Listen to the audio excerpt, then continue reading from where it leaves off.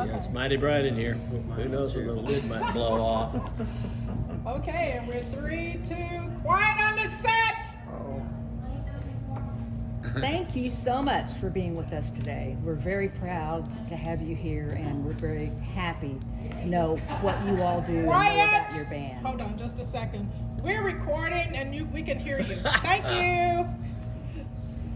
Okay, showtime, take 2. take 2. Okay, Andrea, go. Thank you so much for being here. It's an honor for us to host you here today and to reveal the exhibit, which we'll talk about in just a minute. But let me ask you, you have been inducted into the Oklahoma Music Hall of Fame 1 month now. So how has your life changed? I get free coffee at Starbucks now. It's pretty great. Which Starbucks is that? I better go. Yeah, in Prescott. Oh, okay. That's neat. That's neat. Anybody else? Oh, things are still pretty much the same around the house, but people have been telling me congratulations a lot, so it's nice. These two guys are from Oklahoma. I'm from California, he's from Arizona. So there hasn't much been mentioned of it out there. Well, we'll Yet. see if we can get some press out there. They're still Pay obscure. attention. There you go. Okay, let's start here, and if we go across and get your name. I'm And where Steve you're from. Huddleston. I played keyboard in the original call for 2 years. And I'm Scott Music. I was in the call playing drums since the inception with Tom and Michael Bean, Tom Ferrier and Michael Bean. So I played drums and sang some harmony. And I'm Tom Ferrier, also known as Dickie Dirt to my friends, and I play guitar. And this is Ralph Batlin, he plays Nice to guitar meet you. too. I worked with these guys for about 6 years and played with them as well. Great. Good people. Whose guitar is in the display case? I think it's just one we've signed. I think, probably, it was just, I think there was just one that we signed because we don't have tons of guitars, so we weren't really able to give up one of our own. Well, have you seen our big guitar? Yeah. Yes. Like that. Yeah, you got a bunch of big guitars. We love them. That's a big guitar. We gonna sign that? I don't know. We'll check on that. He'll sign anything. Yeah. So, when you were at Maggie's Jewel Maggie's Music Box. Music Box. Yeah. Music Box, we were just talking a minute ago off camera about the stage and the sound system and the fact that it's an outdoor venue, really. And you think you would ever play there again? I hear you are playing there again. Well, it's because of the rain, we're not gonna be able to play this time because it's an outdoor venue. Oh. We were looking forward to, in fact, that's why we're all here, besides to be here, was to play there on Friday night. Well, that's too sad. I'm sorry about that. And hopefully we're gonna figure out another place to We'll play. be back. Well, we hope you'll be back. Well, let's talk a little bit about the early years.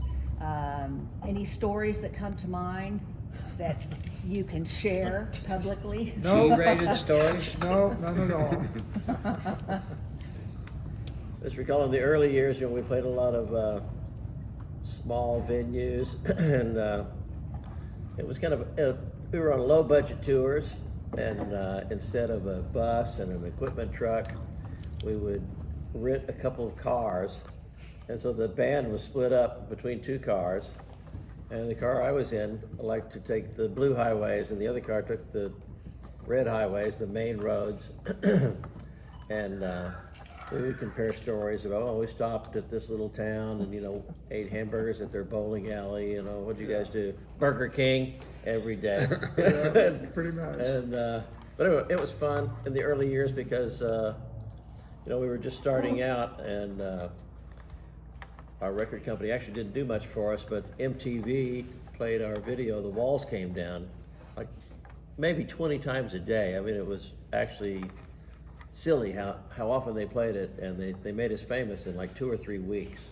Wow. So we were out there, just all of a sudden playing all these little venues and having lots of fun. We really lucked out because the first year of MTV, they didn't want to use black and white videos because they wanted to try to keep stuff from the 50s and 60s and all those old videos out, and they wanted new stuff. But somehow we were able to go do a black and white video a year into MTV, and they saw it and loved the song and let the black and white video in. What was the song? As the walls came down. Ah. And so we kind of broke that barrier, and because black and white was such a cool look for videos, and they hadn't used it up to that point. That's something to have done That that. is a something.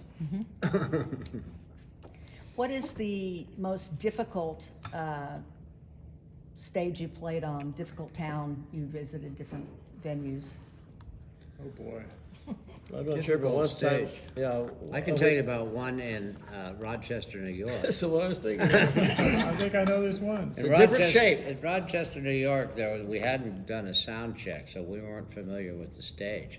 And before the show would start, the house lights would come down, and we would start playing music, recorded music, and then we'd kind of come out on stage. Only this night it was really dark, and they had kind of smoke, I think, was going, and they introduced us. And in the kind of faint light there was, we didn't realize that there was a little ramp that went out. No, it was like a runway. It was Like a runway for an old style lead singer to stand way out here, and the band was way back or a there. fashion show or something. And at the end of the runway was a microphone stand with a little spotlight on it, not big, just a little light on that microphone. So that's what we could see. So we from come the- up from the back of the stage, and I'm watching Michael, and he's walking in front of me towards that little thing, and we thought that was the whole stage. So I started walking this way, and I walked right off the stage. And I had my guitar holding up like this, and I hooked my back on the stage, and I was kind of hanging on the stage. It was about an 8-foot high stage down the floor. And so I was hanging up there, but it was dark, and it was smoke, and it was chaotic, and the audience didn't really know what was going, and our crew guys ran around and kind of unhinged me, brought me back around, put me up on stage. Then the lights came up, the show started, and about halfway through I realized that I had dislocated some ribs, and I kind of started seizing up. So when the show was over, I was kind of like Frankenstein walking off stage. Rochester, New York. Have you been back? I don't think we played Rochester again. It was some little club.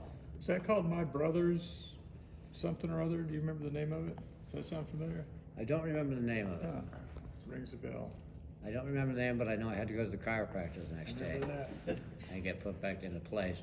And the ironic thing about it was that I had just gotten over having a broken shoulder from falling down on a wet bathroom floor in Hollywood. So that day, he was able to take off the wrap. He was actually wrapped in a giant ace bandage because he wasn't supposed to move his shoulder. Did that for like 6 weeks or something. So that day they said, okay, you can take off your bandage now and move your arm again. Wow. A crash. He actually walked out on stage right in front of me. So I was walking in back of him, and then he was gone. But it became sort of a thing where they would say, they all called me Dickie for Dickie Jordan. They go, well, has Dickie fallen down and hurt himself yet? That means the tour's on. The show goes on, right? I do stuff like, I right before a European tour, I came dancing down the stairway in my house and sprained my ankle and got on the plane like limping, and I'm okay now. So you need someone far. to take care of you, someone Yeah. to watch over you when you've got a performance schedule. Tell me about the best audience you ever had. We played one gig in Reseda, California. And we drove there. It was just an ordinary gig. And we went there, and before we got to the gig, like many blocks away, there was traffic jams and lights. And we thought, gee, something's going on. Are we even going to make it to the gig on time? So we finally waded through all the traffic and everything, and everybody was there for us. We had no idea it had become a thing. That was when Robbie came to see us. And that audience was awesome. I think we did 3 encores. That was the best one I can remember. Yeah, That was they really roared. good. It was a roaring audience. Yeah, it was. That was fun. That was kind of the same, I don't remember the name of the town, in the Arctic Circle. I think you had already dropped out, but Doesn't sound familiar. the call went and played in Norway, and we were booked there on different towns for almost a month. And one of the days was we got on small planes and went up into the Arctic Circle, and we had, we thought, how, nobody's gonna have heard of us up here or anything else, but they said they heard us on, I think, Russian and Swedish radio. And it was the same deal. They were, lined up around the blocks to see the show. We were a few miles from the Russian border and what they called the North Pole. And it was, and that was the first time we saw these guys in Norway that were, their version of American cowboys were reindeer herders. Because there's a lot of reindeer, and they eat a lot of reindeer, and they have these guys, and they look like gypsies. They have bells on and cool colors, and we saw a couple of them come through the airport, and we said, well, who are those guys? And those are the reindeer herders. They're like our version of your cowboys. Never seen that before. Also, flying in Norway, when we were all on Scandinavian Airways, these tiny little prop planes, lots of times, to get to these venues. And because of the weird altitudes and fjords and stuff that were there, you'd be flying along one of those little planes and all of a sudden you'd drop, 10 feet, just like that. If you didn't have your seatbelt on, you'd go up and hit the ceiling. The best part was the takeoffs and landings, because they would come in really hot, because they'd have to come down like this, these landing strips, and it'd be and then it would be the same thing for the takeoff. It'd be like, is everybody ready? Yeah. Just go up. And our keyboard player, Jim Goodwin, who isn't here with us right now, he was deathly afraid of flying. Boy. And he'd get on the plane. He'd like take a Valium or something. He'd put on his mask. He'd put on a headset, and he would just literally sit here like this and take off. And he had a really rough time, and we loved to tease him. We're gonna die today. But we didn't. We made it. Tell me what your background is and how you got into music. Oh, my dad was a musician. He was a pharmacist, but he was a musician before that. And, as he became a family man, he still kept playing. Played piano and bass and sang. Most of the jobs he sang on. And my older brother, Jeff Music, he was 9 years older than me, and he played in rock and roll bands in high school. So when they would come over to rehearse, I was, a little kid there watching, hanging out. So the music family is pretty rooted in music. Pretty much. He's got the name. He had to. Yeah, No the name choice. just led you Couldn't here. sell donuts. No choice about it. Anybody else where you got your start? Well, let's see, I started in a grade school band playing a trumpet.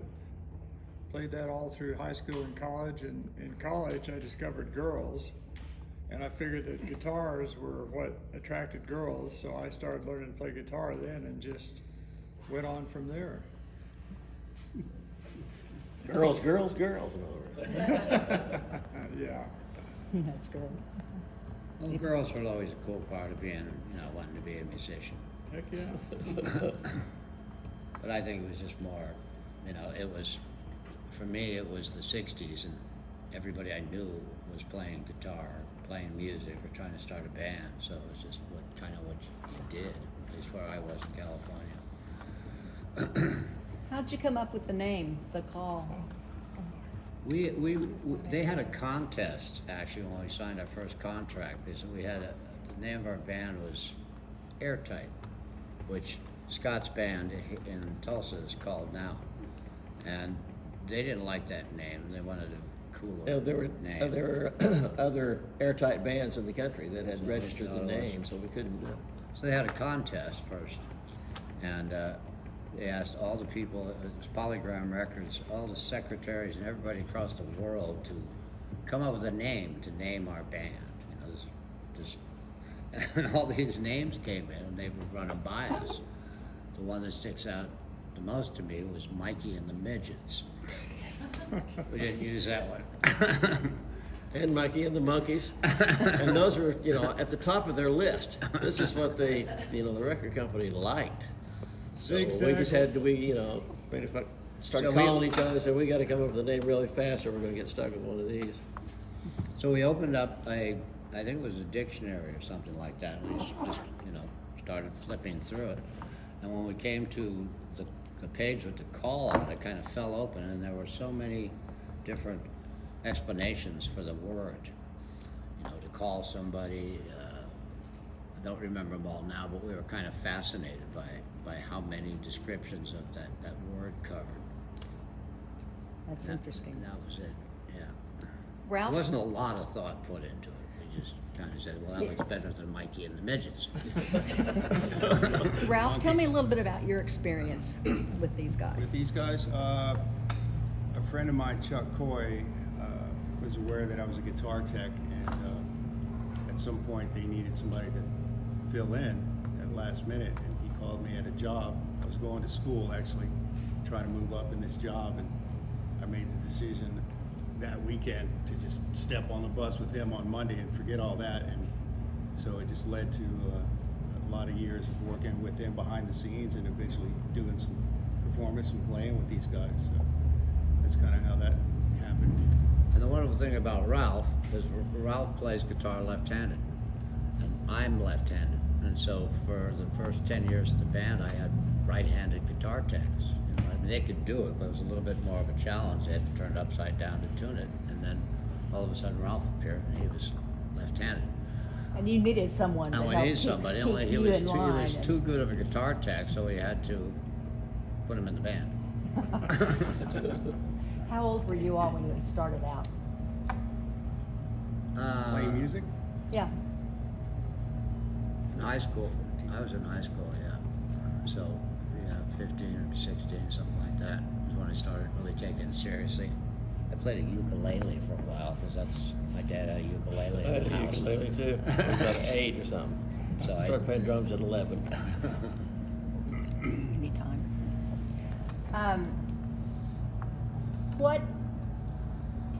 Tell me how you all connected with Noel, and what has he done for you, and how is he part of the call? I met Noel at a restaurant, Lenati restaurant in Tulsa. I was there playing with Tommy Crook, one of the greatest guitar players in the world. Right. And before we Everybody took a knows break, Tommy Crook. Yeah. He's a famous Tulsa guy. Right. and we were going to take a break, so Tommy, said, I'm Tommy Crook. There's Bill Raffensperger on bass, Scott Music on drums. So we came off the stage, and Noel was there, and he says, you're Scott Music, yeah. From the call, so it turns out that Noel was there to see Tommy Crook and have some Thai food, but he was a big fan of the call.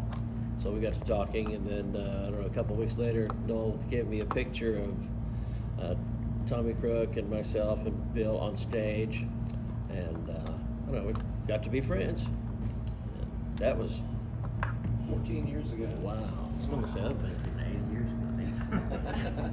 So I met Long Noel time. in 2017, I think it was, because we did a gig down in New Orleans. We had a guy from the Subdudes came and sang with us, and we did a gig down at the venue, and I think Scott said, a friend of mine's going to come by, and he'd like you to sign some memorabilia that he has. I said, okay, well, that's cool. So in the rehearsal hall, when we walked in, there was a room out the rehearsal hall, and we had to open the door. And there's Noel sitting in there with everything that I'd ever remember, all the records, all the posters, all the t-shirts, all the pins. He had everything in there. And all the vinyl records, which I hadn't seen really in a long time. And we signed them all and told us what a big fan he was. So we followed him ever since. No doubt. He keeps bringing us to Oklahoma. Well, what do you think about Oklahoma? It's cool. I wish we could do a gig here. We Darn. heard it here. Tom was saying earlier, it's not really lucky for him. The last time we played around here, they lost his guitar. The airline lost his guitar for days, and luckily got it back. And Tom's been playing the same guitar for over 50 years, and it's a left-handed Les Paul with a serial number 2 or something like that. So irreplaceable, and they lose it. And then this time, it was checked on a plane in a new flight case, and it broke. The neck broke, and so it's in the shop now, hoping to be fixed. But we'll get around to playing here and, having some good luck real soon. Yeah. And they're, the California guys are pretty blown away with the weather. It's too hot for them, and it's actually pretty nice around here now. But Tom Well, it thinks it's hasn't real rained in hot. California in about 5 years. When I saw the rain driving down here, I was like, wow, what is that? The heat didn't bother Guy is Ralph. crying. The heat didn't bother Ralph because he came in from Phoenix. Yeah. We know about Phoenix, it's super hot too. Well, we will adopt the two intruders, the two interlopers. Yeah. And we did already. The mayor gave you an Okie from Muskogee memorabilia. Yes, and great I guy. wasn't expecting That was that. That was cool. really nice. Is the mayor still here? He's busy, isn't he? He got stuff to do. We hope We so. get our young man here. Got a city to run. Come on over, Noel. This is the guy we were talking about, Noel. No, how'd you learn about the call? What drew you to them? Well, it goes all the way back to 1983, like Scott was talking about. I saw The Walls Came Down on MTV. And it was like, that's all right, what's that? And went and got the album, and then a couple of years later, an album called Reconciled came out, As I Still Believe on it. And, that was featured in the Lost Boys, and I just started hearing more and more of their music, and I was like, these guys are really something. They have something to say. And Michael Bean, his lyrics, they were so, passionate and, spiritual in a lot of ways, political in others, and the music just said a lot to me. And these guys are all super talented musicians, and I just loved everything about the band and listened to them ever since. And then when I got the chance to meet Scott, I had to introduce myself, and fortunately he was kind enough to give me some time, and we became friends, and here we are. Do you play And- music? I play bass. I don't play too much anymore. I got arthritis, so it makes it a little hard, but I still tinker around when I can. I don't believe we've mentioned here at the table that there's a new book out about us called Recalling the Call, and the author is right here, Noel C. Hahn, wrote that book, and that's pretty much what has generated some interest, at least around Oklahoma, for us. So. Yeah, I kept threatening to write a book for like 5 years, and I don't think Scott really believed me at first. And then last year I was like, well, I don't got anything else to do this year, so I'm writing that book. He's locked in his room. Yeah. Did you bring one with you? There's probably one out in the car. I think Amy has a copy somewhere. Probably a couple of boxes out. We can set it right here. Right. We've done pretty well with the book, and it's been great. But I really did everything for them because they deserve the recognition, and after all this time, I'm really grateful to the Hall of Fame for doing what they did. Well, we're grateful to have you among our inductees. Thank you very much.